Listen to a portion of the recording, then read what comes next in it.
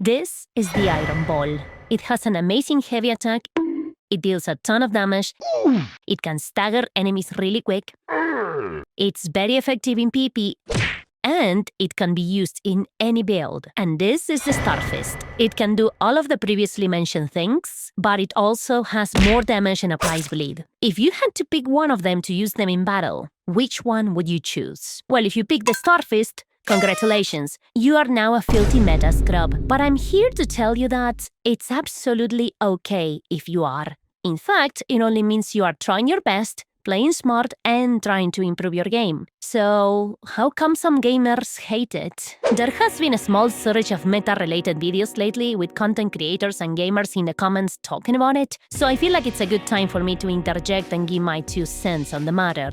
For those of you who don't know, meta stands for most efficient tactic available. It's the natural outcome of gamers doing what gamers do best: playing, testing, and figuring out what works, and avoiding showers. Like, for instance, optimal characters in a fighting game like King of Fighters, optimal deck compositions in card games like Yu-Gi-Oh!, or optimal weapons and builds in Elden Ring. Oftentimes, it just boils down to common sense, like the Iron Ball versus Starfist meme, but these things sometimes require hundreds of hours of insane testing.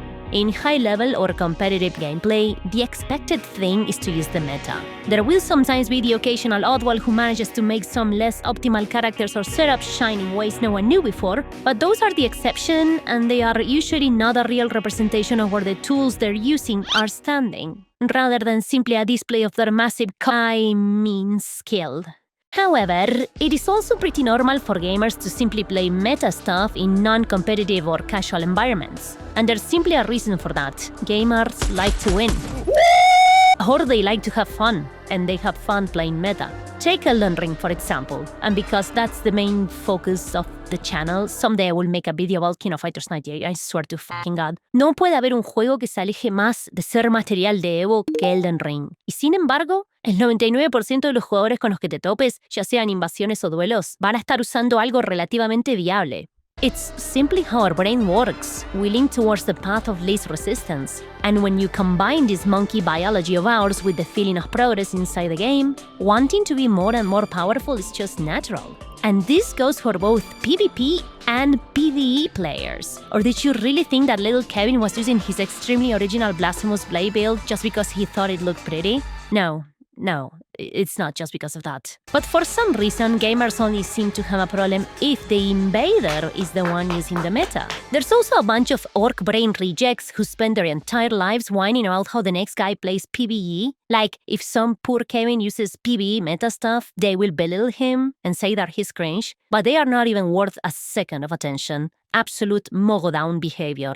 What deserves attention, though, are the very peculiar prices of your favorite Gunner games on Steam. A bit too much for your unemployed poi status. But I wouldn't worry about that if I were you. Because Instant Gaming has got you covered. Instant Gaming is your trusty go-to website to buy games, game cards, and subscriptions on big discounts for any platform of your liking, in case you're one of those little poggies allergic to job applications. You don't just have to look for the big titles that mark your status as a turbo-gop gamer. You can also find those $2 wonders that will hit you harder than any gunning session. Since spooky season is here, don't just go looking for Silent Hill. Why don't you check Tormented Souls as well? I swear to God, this was the last horror game to actually get many scares out of me. Not even Pillow Fighter 2 Remake could achieve that. Game availability and prices change daily, so be sure to check Instant Gaming every day to find new entertainment for your rotting sumer attention span brain. Just kidding, I love you so much. But wait! There's more! By clicking our link in the description below and creating an account, you can participate in our monthly free giveaway to win anything of your liking. A game card, a subscription, whatever you want. No purchases necessary. So waste not any more precious pickle seconds and click that juicy link in the description below to instant and lower the gaming and yada yada yada. Just do it. Go ahead. Thanks again to Instant Gaming for sponsoring this video. Speaking of meta in PvE, I think meta in PvE is pretty much overlooked by almost anyone. It's invisible, it's comfy, and even expected to happen. Aside from the repulsive fat fucks I mentioned before, no one complains when you use the best build you can to kill a boss. There are videos out there showcasing broken-ass PvE setups, and people treat them like they're innovative, helpful, even like a fucking community service thing. Nobody complains if someone in Night Rain rolls Iron 9 on their team and proceeds to fuck every boss raw, win the match, and get those sweet little dip of night points I'm hopelessly addicted to. Please send her. This is not a bit for the video. But when it comes to PvP, gamers tend to react a bit differently. Suddenly the meta isn't helping you. It's being used against you. Kevin walks around with his wholesome Changnus cosplay build, and someone invades him with a Pata plus Endur and capes his ass in. And instead of going, damn, I got fucked, gotta be careful next time, his reaction is more like... Then off to Reddit he goes to write that 3,000-word essay on how invasions and the meta are ruining Elden Ring, blah blah blah, you know the meme by now. And that's assuming Kevin even knows that what beat him was meta. Most of the time, it is not. It's just a slightly optimized build that didn't roll over and die the second it faced Kevin and his babysitters. And just for that, it gets slapped with a meta label and treated with the same disgust. It makes me feel like the problem to these gamers is not really the meta. It's the fact that they lost to something that feels unfair to them. Most players of any franchise don't even know what the real meta is, but they are quick to point out that anything that beats them is suddenly cheese. If it were just a bunch of butthurt randos whining on Reddit, it wouldn't be much of a big deal. But behind all that crying, a whole tsunami of Kevin's tears forums has started to spread the idea that using meta stuff ruins the game and that gamers should prioritize having fun instead of following the meta. Shut up, bitch! That kind of sentiment makes my tits inflate with rage for several reasons. Like, look at this Reddit post. The meta has just ruined duels for me in the Colosseum. Like, all builds that I fight now are literally just copy-pasted versions of either unbreakable shield pokers with Frostblood both, people using enough poise to tank a fire giant punch to the face while using fist weapons, or people with 99 arcane and 8 different ways to bleed you. What happened to cosplayers? To people who actually bow when the duel starts? What happened to the whole reason to do it? Fun! Why does everyone just want to either have no fun and just haha meta cheese go brrr or other bullshit like that? Does anyone who plays Elden Ring have fun anymore? Dios, qué comentario más mogólico, la reputa madre. This post may seem like an exaggeration, but I've seen tons of comments along the lines of, why are you tryharding? Why don't you just play to have fun? Aside from the fact that none of the things he mentioned were hard meta back in the day, che bobo. ¿Qué mira, bobo?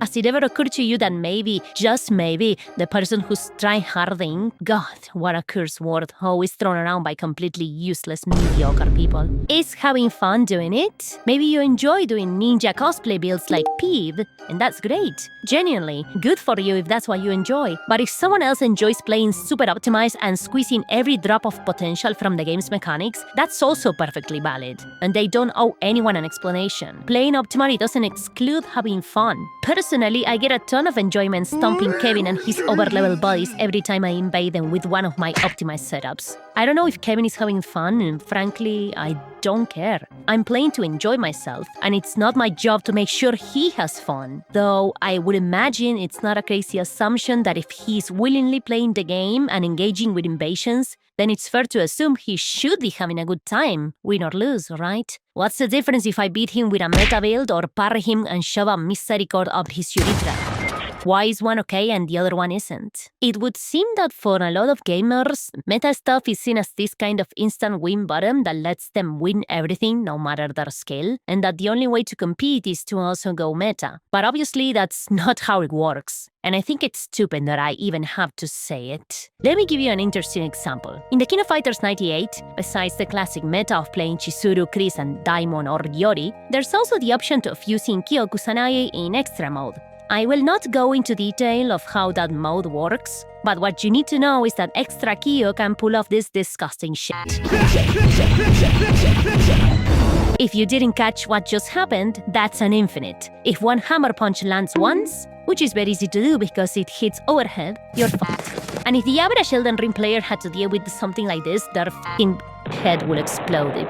It will be so fucking funny. This is one of the clearest examples of an instant win button I've ever seen in competitive play. And instead of bitching about it, King of Fighters players just adapt. And there's no better example than this match between Enfermo Terminal, yes, that's his actual gamer tag, and Xiaohai. Enfermo is using the most broken stuff he can, full meta, and Xiaohai is playing random characters. Sure, Enfermo managed to get one win on Xiaohai using Chaos Infinite, but Xiaohai still won the set 10-1, and even played the final match with one hand. He was just beating the shit out of him with one hand and jerking off with the other one. So yeah, meta can give you an edge, otherwise Enfermo wouldn't have gotten even that one win, but it's not enough to consistently beat people who actually know how to play better than you. But most gamers either ignore this fact or simply do not care.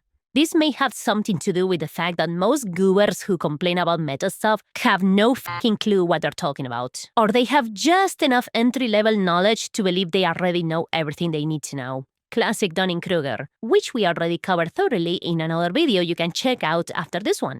A perfect example of that is this clown in the comment section of a Silvermont video, which is another tour we need to talk about someday, and his reply comments too, where he tells me that just by spamming meta weapon arts or spells, you can beat any melee build in the game. I invite him to test that theory in a duel, and he says he doesn't need to because it's not a theory, it's reality. Because 3 years ago, when he played, he felt like that was the case. Either he's fucking rage-baiting me or he's missing a portion of his brain. Absolutely lobotomized. What's funny though is that something like what he says actually does happen in the video where Peeve talks about meta. He mentions that aspect of the Crucible Horn can be useful in PvP, and the example he shows is him landing that semi-useless garbage on two guys who clearly have no idea what's going on. It blows my mind how they literally watch him charge the incantation and still have zero reaction to it. Like, at least fucking mash the dodge button or something. I'm flabbergasted. I'm flabbergasted at this level of, gooberness. Do you think those two goers now believe Horn is broken? Just like that dipshit in the comments believes? Let me say this as sweet as possible. If you're playing against someone who's way better than you are probably going to lose, whether they are using meta stuff or not. What we're looking at is something called a skill issue. Yeah, I know it sounds harsh, but there's absolutely nothing wrong with that. It's not a bad thing to not be as good. What can be wrong is the way you deal with that loss. You can reflect, learn, move on, or you can make a Reddit post crying about how what you see as meta is unfair and the people using it should be flayed alive. The reality is that understanding and exploring the meta is not only a tool, it's the gateway to improving at something you deeply care about. And speaking of that, it's disgusting how nowadays mediocrity is romanticized. Nothing is that deep, or it's a waste of time, or it's not worth it, or it's cringe, o cualquier frase enlatada poronga que se les ocurra. You see it everywhere. In games, if someone beats you with skill, you brush it off. They just play all day. They are a tryhard. Kinda sad to have that much free time, huh? As if actually putting in effort into something that you love and brings you joy was shameful. As if not trying was some sort of mighty virtue. Same goes for any kind of effort or dedication towards a niche activity that doesn't align with the standards of some useless, couch-rotting fat slob. It's seen as something pathetic and deserving of mockery. Any sign of commitment gets dismissed, and in its place we romanticize apathy, detachment, and endless fucking irony. Everything has to be irony. Everything has to be a joke. Everything has to be rage bait. Nothing is sincere. Putting effort into something is fucking cringe. It's just so fucking sad, you know? But that attitude is not rebellious. It's just easy to maintain. Because romanticizing mediocrity protects you from facing the truth that you could have been better, but you weren't. Because you couldn't be bothered to get your ass to work. So yeah, if you were doubtful, don't be ashamed to pick the fucking Starfist. Yeah, that's basically my little rant, or crash out, whatever you wanna call it. As a final note, I wanted to point out that it's okay if you find fighting the meta on the regular boring. It's understandable if seeing the same setups all the time can get a bit tiring. But my rant is not directed towards those people who think that, because those people are usually chill. It was directed, once again, to the people who cry and complain without even understanding what they're crying about and who don't put any effort into anything. En mi país serían de esos bobos que les mostras una pala y explotan en 1000 pedazos. So yeah, it's fine to not like it. Just don't be a goober. That's how it is. See ya.